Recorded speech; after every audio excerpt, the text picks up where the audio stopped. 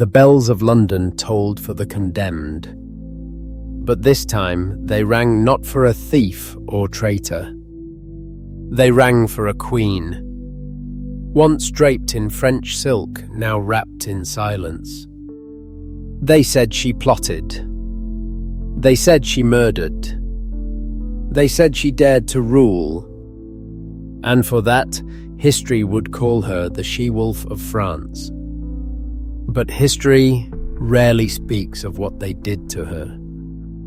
Not on the battlefield, not in the courts, but in a room with no throne, no crown, no voice, only stone walls and the echo of everything she lost. Isabella of France was born to reign, daughter of a king, wife of a king, mother of a king, and yet she died a prisoner.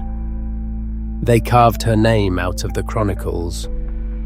They painted her as a villain, because what scares a kingdom more than a woman who takes power in her own hands? Not a witch, not a temptress, but a strategist.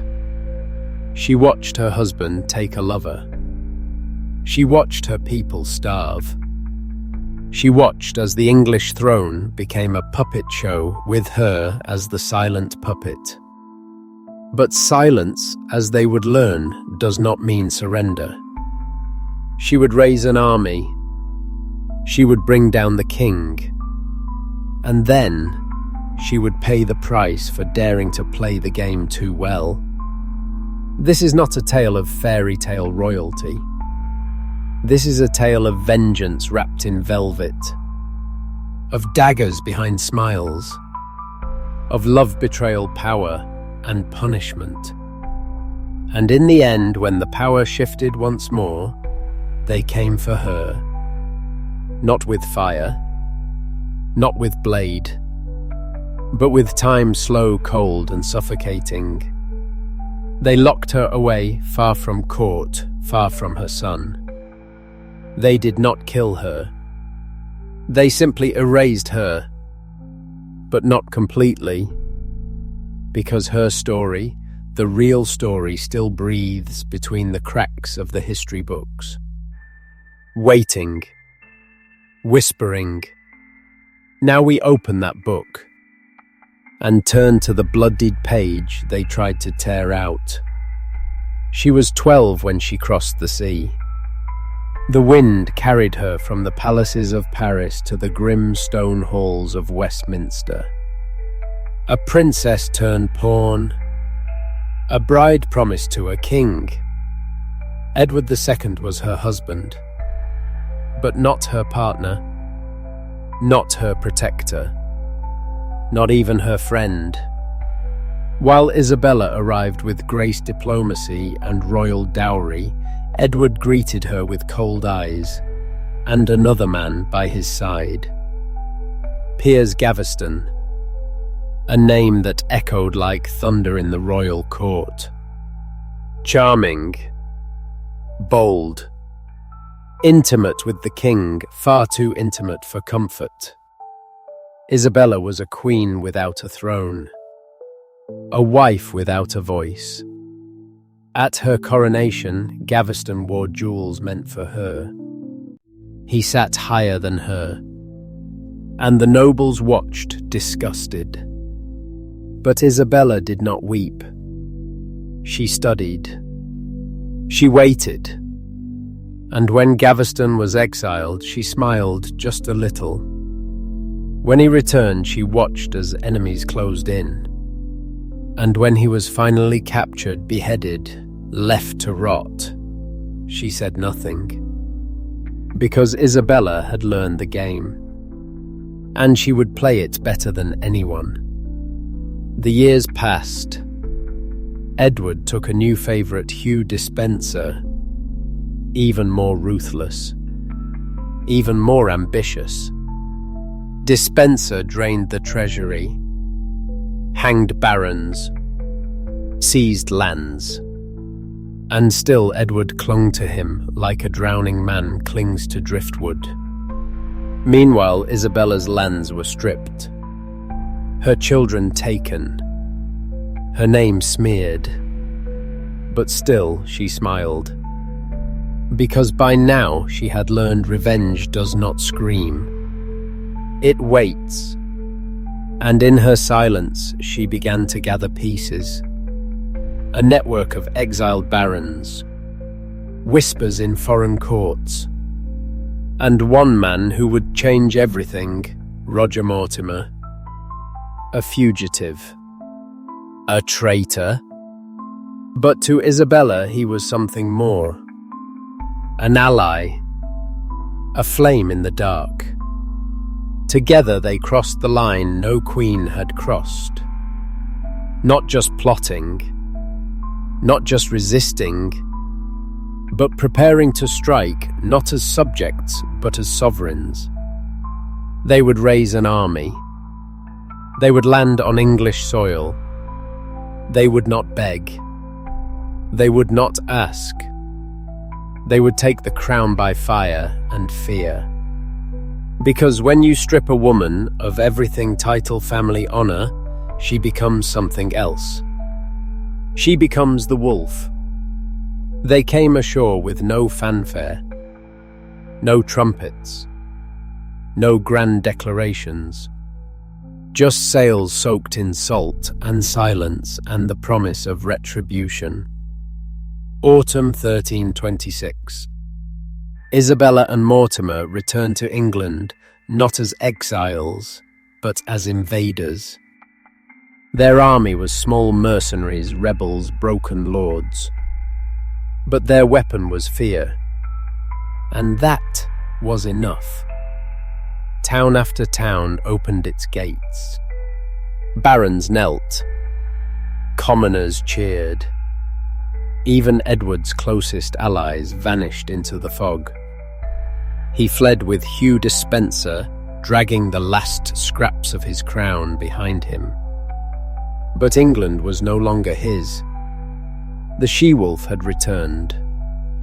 They captured Edward in Wales. Cold, wet, powerless. The man who once sat on the throne of England now sat in chains, hiding in abbey ruins. As for Hugh Despenser, there would be no mercy. He was dragged through streets, half-naked, bloodied, bound. A traitor's death was not swift. First he was hanged, then cut down alive, then disemboweled, his entrails burned before his eyes, then quartered, his head displayed on London Bridge like a crown of bones. And Isabella watched it all. Not with horror, but with justice. Edward was forced to abdicate. His own son, the young Prince Edward, was crowned in his place. And behind that young boy stood two shadows, his mother and her lover. Isabella had done the impossible. A queen had overthrown a king. No bloodline. No holy decree. Just rage. And brilliance. And fire. For a brief moment she ruled England. But power never comes without a price. The whispers began that she had gone too far, that she was no longer queen but tyrant, that Mortimer now ruled in her name and her name alone. And while she bathed in victory, the tide beneath her feet began to shift. Because in England, even queens must kneel, especially when their son learns how to stand. Winter crept into the stone walls of Nottingham Castle. But it wasn't the cold that pierced Isabella's skin, it was the silence. The boy she raised was now a king. Edward III. Tall, proud, 17, and done being ruled by shadows. For years he had watched Mortimer issue commands in his name, watched his mother drift further into darkness. Power had changed her. Love had corrupted her. And now both would consume her. October 1330. By nightfall, the torches outside flickered with urgency. By dawn, Mortimer was in chains. They dragged him through the halls he once controlled. The man who moved monarchs now begged like a common thief, tried without mercy, executed without delay. And Isabella, she was spared, not out of forgiveness, but out of cruelty. They let her live, but stripped her of everything else. No counsel, no influence, no court. She was taken to Castle Rising in Norfolk, a place built not for royalty, but for forgetting. Its halls echoed with damp wind and old regrets. No throne rooms, no courtiers, just stone and memory, and the slow erosion of what once was. She had once commanded empires. Now she was escorted by guards just to walk the garden. She wore no crown, but the whispers followed her like a cloak. Murderer, adulteress, queen no more. Was she mad? Some said so. Others said she prayed. Some said she still believed Edward would come back, not the king. The husband. The man. But he never did. He died in Berkeley Castle, smothered, they say. With red-hot iron, they say. Screaming, they say.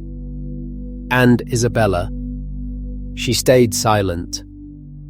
For nearly 3 decades she lingered in exile. Alive but unraveling. Time did what no army could. It erased her. And when she finally died, they buried her in a grey habit. Not as a queen, but as a penitent. Yet her tomb still bore one thing, the heart of her husband. Placed in a casket of silver, set on her chest. Because love, no matter how twisted, leaves traces. History has no patience for complicated women. It remembers them with fangs, not flesh. With shadows, not sorrow. And Isabella of France was no exception. They called her the she-wolf, a title sharpened by fear, because she dared to rule. Because she dared to love outside the lines. Because she broke the spine of a king. But peel back the legend, and you find a woman caged by duty, burned by betrayal, and reshaped by a world that never gave her the choice to be gentle. Was she cruel? Perhaps. Was she brilliant? Undeniably. Was she evil? That depends on who's holding the pen. If she had been born a man, they might have called her a warrior, a statesman, a saviour of England. But instead they buried her beneath a myth, not to honour her, but to contain her. Because a woman who bends kingdoms is always more dangerous than a man who breaks them. And so Isabella faded from queen to villain to whisper. But every century someone digs her up again. Not from the grave, but from the footnotes. And in the silence of Castle Rising, if you listen closely, you might still hear her voice. Not screaming, not weeping, just watching. Because wolves don't forget. Now we ask you, was Isabella a monster or a mother with no way out? Tell us in the comments. And if these forgotten truths stir something in you, subscribe to Medieval Shadows. There's more to uncover, from cursed brides to vanished kings, from tortured prisoners to queens who wouldn't kneel. This was only the beginning.